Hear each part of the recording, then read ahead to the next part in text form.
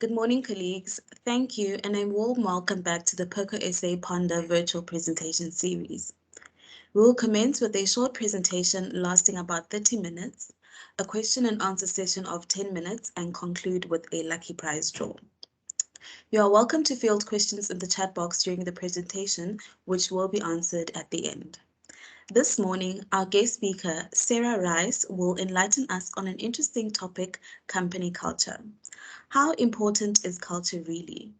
This talk will take a look at whether culture is the thing that will save business from itself, or if it is just a whimsical millennial idea, like mental days and needing a purpose. Our guest speaker today, Sarah Rice, has worked in the South African technology environment as a public relations and communications strategist for 20 years. She's engaged with clients of all sizes and levels of maturity, from co-working spaces to incubators, startups to established businesses, fintech to edtech to blockchain and beyond. In 2019, Sarah moved her focus to people and culture with field sales management CRM and mobile ordering app Skynamo. This gives her the opportunity to use her experience in communications to support the team and create an environment where people are challenged to do their best work. Sarah's role as Chief People Officer involves driving recruitment of the best talent, coaching on team leadership, helping to resolve employee relation issues, and managing programs that help develop staff. Thank you, Sarah, and welcome. Thanks so much, and thanks for having me. Great, so thank you for that intro. So my name is Sarah. I'm the Chief People Officer of a business called Skynamo. Skynamo is headquartered in Stellenbosch near Cape Town, but we have offices in Johannesburg, Ohio, in the US, and London. In terms of size, just got to get a sense of where I'm coming from. We're at about 110 people now, and in spite of many comings and goings, have remained quite stable at 110 since early 2021. I think just to explain why I'm qualified to talk about this at all. So I have been in the Chief People Officer role and in the world of HR for only 3 years, but I have been obsessed with culture and leadership probably since I started my first business back in 2003. So it is something I think about a lot, and it's one of my primary jobs at Skynamo is to take care of culture and to constantly keep a temperature check on it. So hopefully that makes you feel confident, like I know what I'm talking about. So I think the first time I really realized that culture was a thing was back in 2011. I was working with an entrepreneur called Christo Darfel, which some of the much older people in the audience will remember as the man who brought us the first digital bank in South Africa 2020. Unfortunately, for reasons, it didn't survive. But I then started working with his second fintech company called 227 in 2011. That business has since been bought by Old Mutual. And I, until that time, had always seen culture as something that just happened. Like you put some people together in a room, you give them some laptops, and then there's a culture. And watching Christo lead 227 really showed me that culture could be hugely intentional. You could intentionally build it. And also that it has a significant impact in how people show up for the role and how engaged they are with their work. So Christo's superpower is people. And he's obsessed with culture and has been through most of his businesses. And he pays attention to all the different elements. So the design of the office made a difference. Even the language in the offer letter, it was the most extraordinary offer letter I've ever received. It felt like a love letter in so many ways. And it really changed the way I viewed the role that I was coming into at the company. And we also had something called family lunch, which happened every Friday. And the fact it was called family lunch really set the tone for the kind of business he was growing and also the kind of person he was expecting each of us to be when we showed up. And Christo nurtured culture And I really learned from him what it means to nurture culture and what it means to set an intention about what culture you want for your business. So like pulling 3 values out of a hat, sticking it on some posters and sort of letting it go is absolutely not going to cut it. And over the course of the last 10 to 12 years, I've really begun to appreciate that when you get culture right, it has the ability to hold business in some very tricky times because it's able to hold the relationships that your people have between each other and that your people have within your business. And I think right now this is so important because there are so many factors that are out of our control that are massively infecting us. So just to name a few, we've got the Great Resignation, which is creating havoc in terms of retaining and hiring good people. We've got the socio-economic and political climate of South Africa, which is pretty chaotic. And then we have this global political climate, which is also having huge impacts, like very real impacts, like the costs of things, and then also emotional impacts about how safe we feel. So business is trying to operate, and we're being impacted by all of these things that are outside of our control. But if we can hold our people safe and make sure that there's open communication and security inside the business, we will be in a better position to survive this. But before I get ahead of myself, let's talk about what exactly culture is. So culture for me is what we do repeatedly without thinking about it in a business.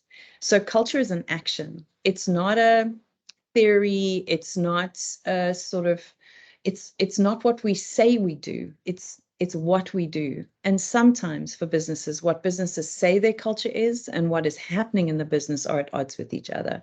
I call that a shadow culture. It's where it's sort of the dark heart of the business can lead. So in a business, culture is a set of beliefs and behaviors that determine how people in the business interact and how the business interacts with the world. So it can be a beautiful moral compass for a business and help people in the business know what kinds of decisions they should be making. Each business has a different culture because it's made up of and critically led by unique and interesting and different kinds of people. The people make up the culture. So the fact that all of us are different means that the culture of each business should be different. So if your culture is a copy and paste of another culture, or then it's not original and it's probably not authentic to the business that you are. So each business needs to grow and understand and investigate the culture they have, and then think about the culture that they want. What took me a long time to understand is that culture's often about trade-offs. So businesses need to trade off one set of behaviors against another, which is, so for instance, you might have a business that prioritizes speed over perfect. And that's a very specific kind of culture. Or you might have a business that prioritizes data over intuition. They want every decision they made to be backed up. Whereas another business might really value a little bit of like, what's our gut here? And some companies have very specific ways of wanting to share information. So some companies make decisions quickly, it's top down and you go. And other companies have a much more collaborative or consensus building way of making decisions. And each of those actions in a business tell me what the culture is. And it tells me what your business cares about. So your culture and the way you behave tells the world what you care about. And that's also why it's important, because it's telling your people what you care about as well. I think we've all worked with and interacted with companies whose cultures just don't suit us. So my most kind of startling example is quite a long time ago now, about 10 years ago, I worked for a business that decided not to hire a certain receptionist who was perfectly qualified and would have been great because she wasn't hot enough. And that was a very clear message sent to all the women in the business about what that business valued and what it valued about us. And it also told us what was required for us to get ahead in the business. Needless to say, I left quite soon after that because that's not anything that I value about the world or myself or women. But that's what I would call, for me, it was a toxic culture. It was not a culture I could survive or thrive in. And that that behavior told me what the business valued. I don't think that would have been put on a poster anywhere, but it was a very meaningful moment for me. So I think it's important to investigate what behaviors in your business, what behaviors is your business expressing, and what are those behaviors telling the world about who you are. And then probably most importantly, how are these behaviors helping your business reach its goals? Or are they actually at odds with the kinds of goals that your business is trying to achieve or reach? There's a saying from the management consulting OG, Peter Drucker, which is culture eats strategy for breakfast. And I love the saying because it's true. And I hate this saying because it puts culture at odds with strategy, which I do not believe. For me, culture is strategy. And but the culture eats strategy for breakfast just clearly says that if your strategy fundamentally clashes with the culture of your organization, you will not be able to make that strategy work because you'll be telling people what the strategy is, you'll be putting in plans, and the behaviors of the business will hold you back. So I think an example we see often is the strategy of the business might be innovation and experimentation. And the culture of the business might be don't take risks, risks get you fired. And that would have been built up potentially over years of people failing and being sidelined or actually physically moved out. So the business believes and the people in the business believe that failing is dangerous and impossible. You can't do it. And so bringing in a strategy of like safe to fail, experimentation, agility is just going to be resisted. You're not going to see it. So that's why for me, culture is super strategic, because if we can create cultures that support our strategies, then we can really start implementing and start moving the business forward. I think one of the most current examples of a culture that has very successfully supported business is Netflix. I mean, Netflix is actually the darling of the culture movement at the moment. And I think with very good reason. Patty McCord, who was the head of people there, and Reed Hastings, the CEO, they focused and intentionally structured and built a business with a culture of feedback, non-negotiable high performance, very high personal autonomy, and extremely high salaries. And these were the ingredients that they needed to push that business forward, and they have done so. So in Netflix, the success of the business is absolutely knitted into the culture that they developed. If you want to know more about this, there are two fantastic books. My personal favorite is Patty McCord's book called Powerful. And then Reed Hastings has also written a book called No Rules Rules. And both of them will give you different perspectives on the culture that was built and how it was done. Just remember not to copy and paste. So learn what you can and make sure it's appropriate for your business. But for me, it was more about the framework of how culture can create a space where businesses can be successful. So what makes culture important? I believe that culture can do three specific things. One is it can increase the speed of execution, so things can happen faster. The second is it can help you attract the right people and retain the right people, and it can also help you stand out. So let's talk about speed of execution. So humans are amazing, and I love them, but we're also scared, political, and quite gossipy. And we are those things because we are essentially social creatures and quite tribal from the ancient old cave person days. And that means we are spending a huge amount of time assessing status and rank inside our organizations. So a huge amount of mental and emotional energy can be spent trying to figure out which group is up to and where I sit in which group and which emails I'm being left out of and which meetings I am or I'm not being invited to and where I'm sitting at the table. This gets in the way of moving quickly, and it leaves people with like 30 to 40% of their brain on this kind of way of trying to figure out, are they safe or are they not safe in the organization? If we can create a culture of belonging, and if we can create a culture where that kind of politicking or the politicking that creates fear is not welcome and not valued and does not get people ahead, if we can create a culture of collaboration and open communication, then a lot of this stuff goes away. If people feel safe and they know where they stand, they will be able to trust each other, and trust it does beautiful things to the speed at which you can execute. So that for me is culture. Culture creates psychological safety in a business. It creates clarity. The second is that culture keeps on coming up. And for those of you spending a lot of time on LinkedIn, you'll see a lot of conversations about this, but it comes up as one of the main reasons to leave or join a business. So, and I have two responses to this.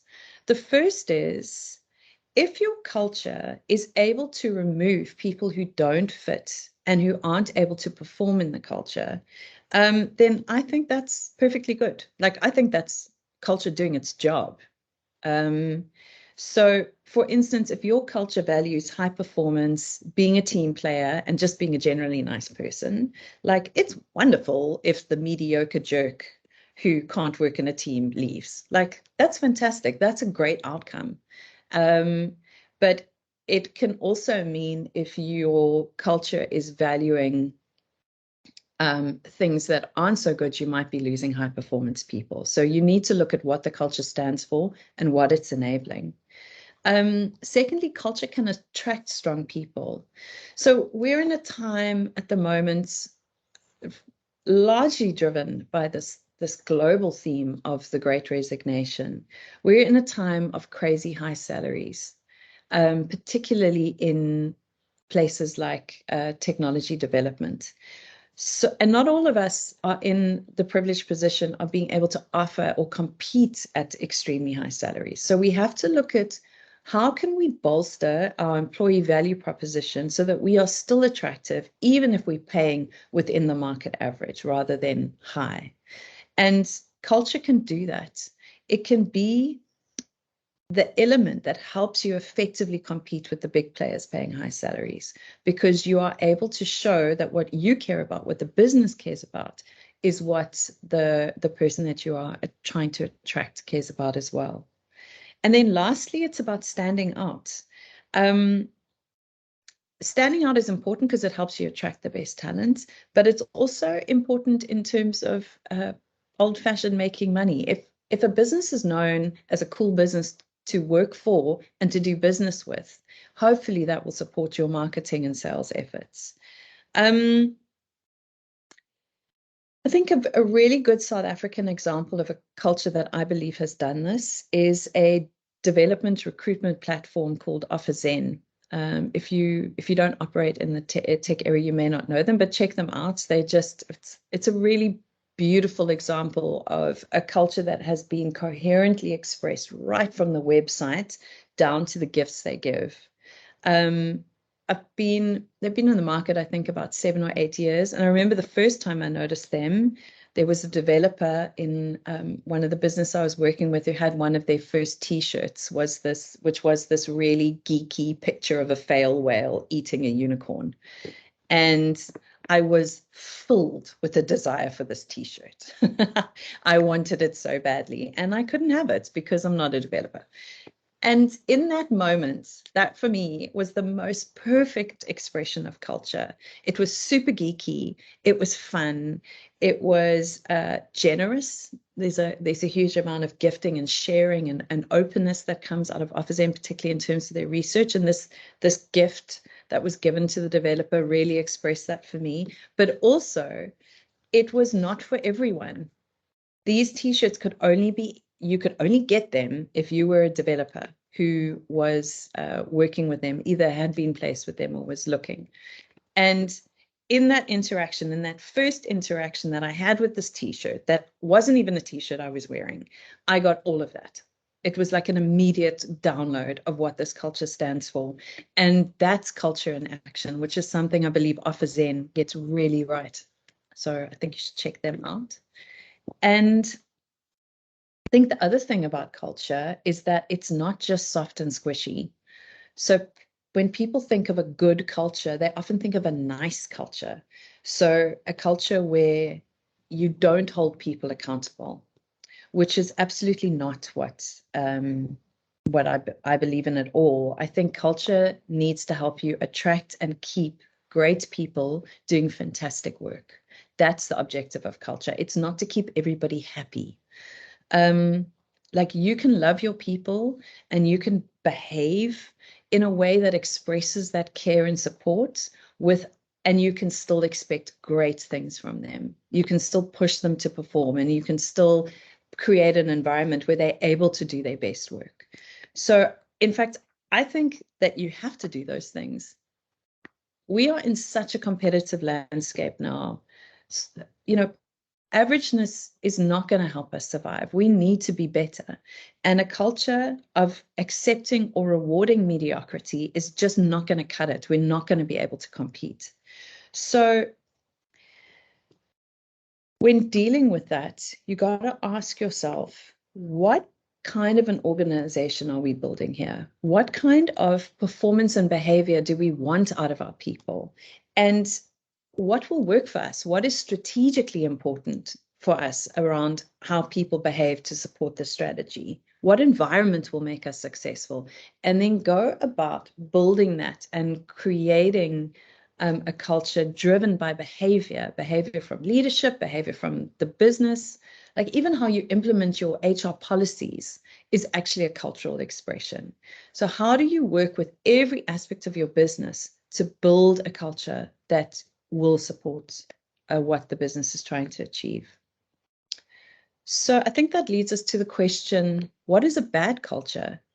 So for me, a bad culture is two things. Like either we're talking about a toxic culture that hurts people, or we're talking about a culture that just doesn't help the business.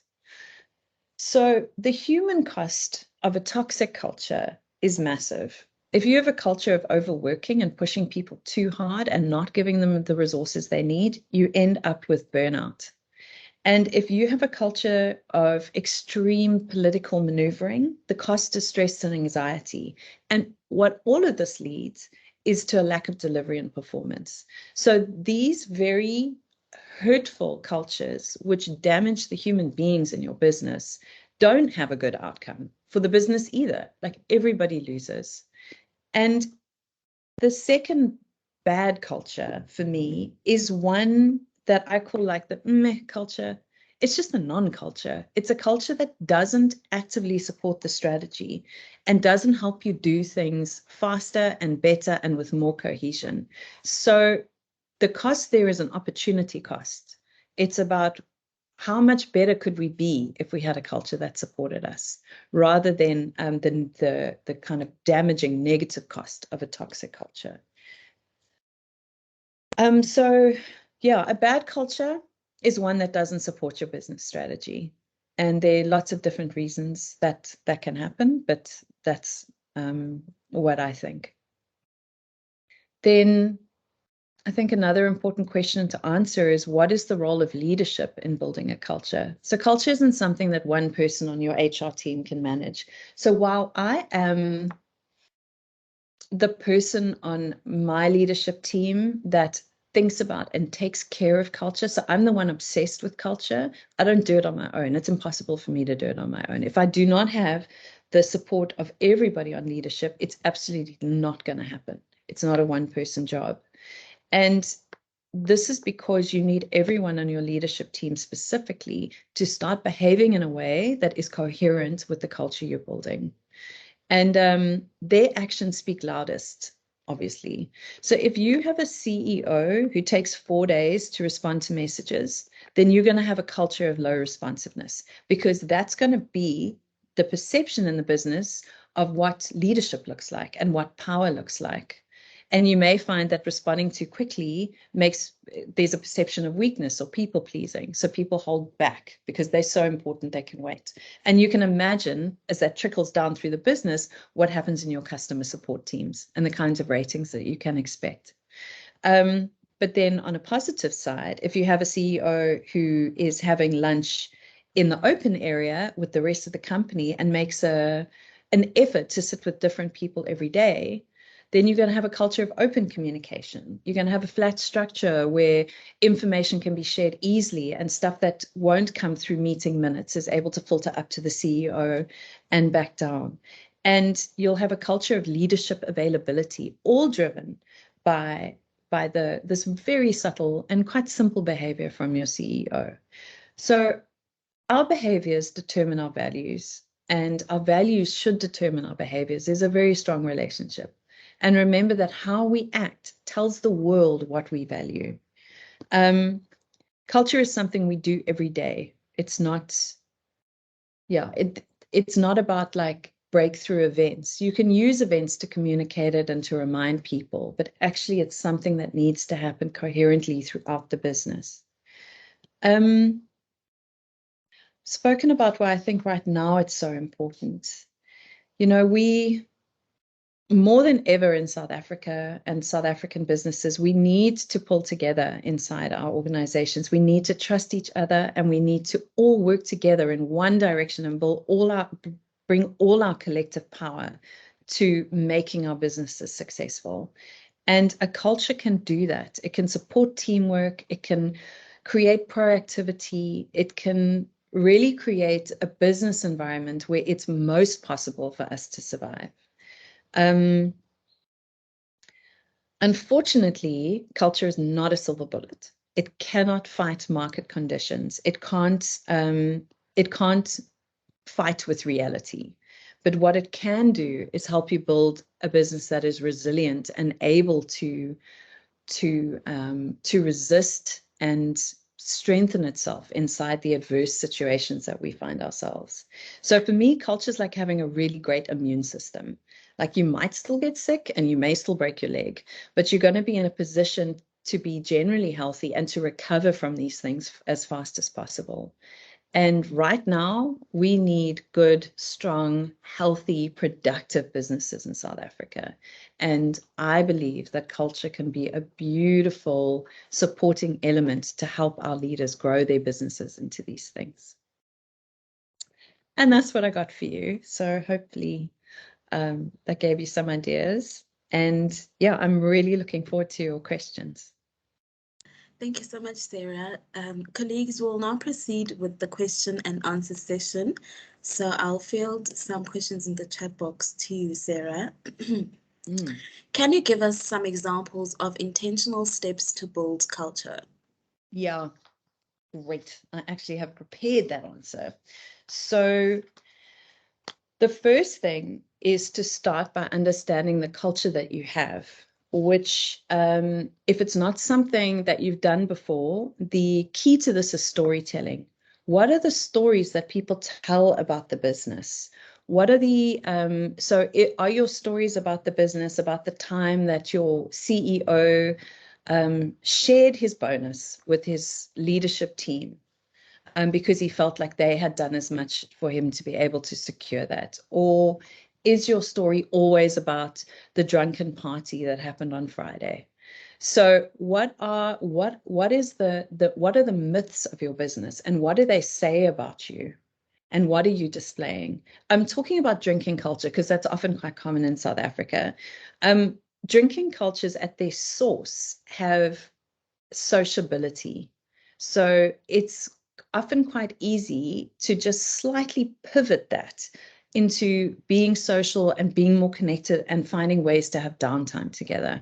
So I'm not, I know drinking cultures can be dangerous, but I don't have, I think they, at their core is actually, they're quite positive. They're trying to do something positive, not always in a positive way. But you start with storytelling. What is the actual existing culture? Then you look at what your leaders value. The personal values of your leaders are often what the business reflects. And so you need to see what they care about. And when you do this, stay away from land language, stay away from values language. Like, never put the word integrity up there. It's just like nobody knows what that means.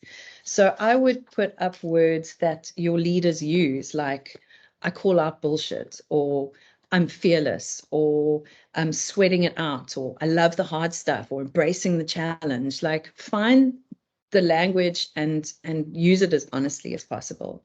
Then share your findings with the greater team, depending on how big your businesses are. Maybe it goes to Manco. Maybe if you're only 50 people, you can put it out to everybody and get their feedback and narrow down these broad ideas about values to the top 5 or 6. 4 is ideal. Most companies struggle to do it in less than 5. And then start workshops around, if these are your values, what behaviors are currently happening in the business that reflect this, and what behaviors do you want? And then start to behave in this way and build those behaviors into the organizational structure of the business. Build them into your KPIs, build them into the performance development plans and the performance reviews that you do at the end of every year. Is this person displaying the culture, the values of this business? So that behaving in a way that is coherent with the values is rewarded. And in that way, people will get used to it. And then just keep sharing it and keep doing it every day. And if your leaders start acting out of the values, call them on it, because they are the most important ambassadors of what the business stands for. Cool. Thank you, Sarah. So the next question is, what core values would one want to ingrain in an organization's culture? I think that entirely depends on what the business is. So if I look at a fintech business or a business operating in the financial or construction industry, I want a lot of attention on like getting it right. Like, I don't want massive experimentation with building a bridge. Like, that makes me very, very anxious as as someone who may engage with the end product. So there will be some businesses that really need things like reliability to be something at the core, or data-driven decision making, because you're dealing with precision and the blast radius of failure is quite big. And there'll be other businesses, say, like Facebook's, one of their original values was move fast and break things. Like, you can do that with social media. I don't know that they can do that anymore. But at the beginning of Facebook, that was possible. You could take massive risks because the blast radius is quite small. So I think it's looking at what behavior will enable the business to do things correctly. So I don't think there is a one size fits all. I hope that helps. Thanks, Sarah. Good morning, Sarah. Is there a link between culture and organization, an organizational mission or vision statement? So the culture is the emotional heartbeat of your vision and mission. And in terms of language, culture is quite internal, but you can use some of the emotional language in the vision, so that there needs to be a link with how the business is behaving and what it's trying to achieve in the world. So I think Simon Sinek's work, and also some of the work of Brené Brown, but Brené sort of sits on the edge of it, is really helpful in looking at this. There's always Start With Why, the original Simon Sinek book, but I am a huge fan of Infinite Game, which really looks at the concept of a just cause, which is something that would be able to sit right at the center of your culture. Okay. Another one here says, please highlight the other examples you mentioned. The one, speed over perfection. There was another 3, but I missed it. Please explain. Okay. Where is that? So there's speed over perfection, right? Which hopefully you understood. I don't know where my notes are. What did I say? Oh, there we go. Attracting the right people.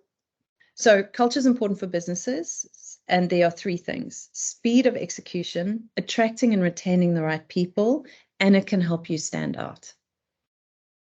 So those are the three things. Thanks, Sarah. Colleagues, just a reminder, if you missed anything, this presentation is being recorded, so the video will be uploaded on our website, and then you can rewatch to whichever part of the talk that you missed. So another question here is, can macro environment influence business culture? Yes. So business culture happens within the greater context. I like to think that it will influence the way the behavior of the values are expressed rather than the values themselves. So I'm trying to think of an example. So one of Skynamo's values is self-kindness and self-direction. Those are two of the ones that we have.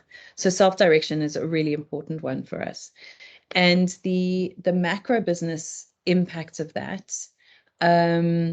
So if we look at what's happening inside, let's say the economic state of South Africa, and we look at how self-direction impacts negotiations around salaries. So there will be a behavior and a way that we are communicating salaries to the business to help people make their own decisions, which changes in a time of extreme economic pressure on the business and on ourselves. But the value of self-direction will stay.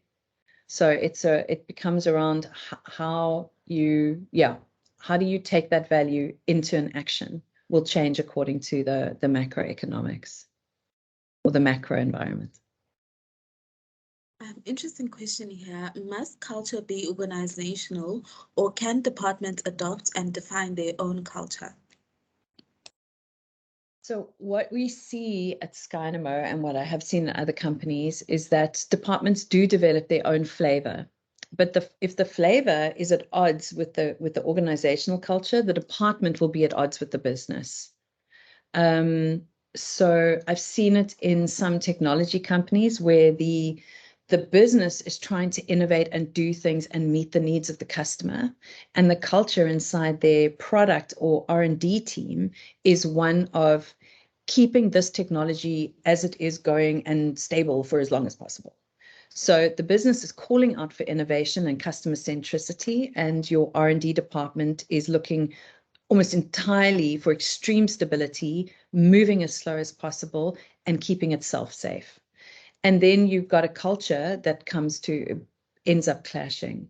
So I think teams and managers of teams can create their own flavor, but must really consider how that sits in with the whole.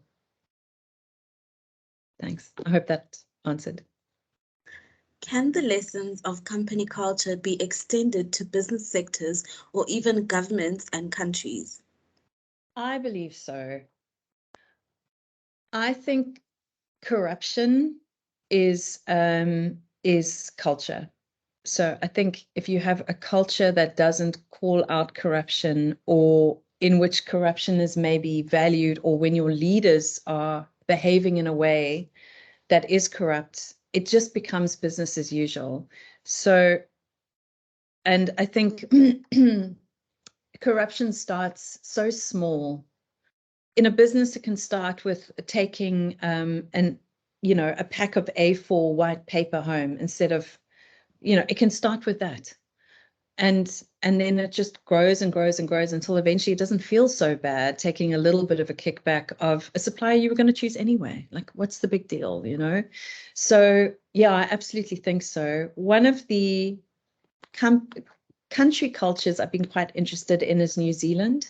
They've got that amazing woman leader whose name is entirely escaping me. And she seems to have introduced a very different culture to the way that she leads there. And it all comes from her. And yeah, my dream is that one day there'll be some Simon Sinek presentations happening in governments and countries all over the world, so that we can start to have purpose-led leaders at a big level and not just within our businesses. Okay, thank you, Sarah. I don't see any Okay, there's one coming in. Okay, great. I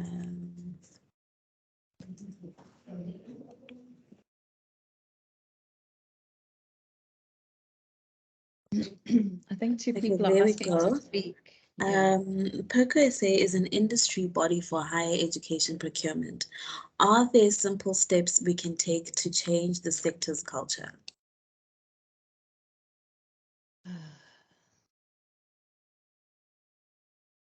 So I think if PERCO has a vision for higher education procurement, that would be helpful.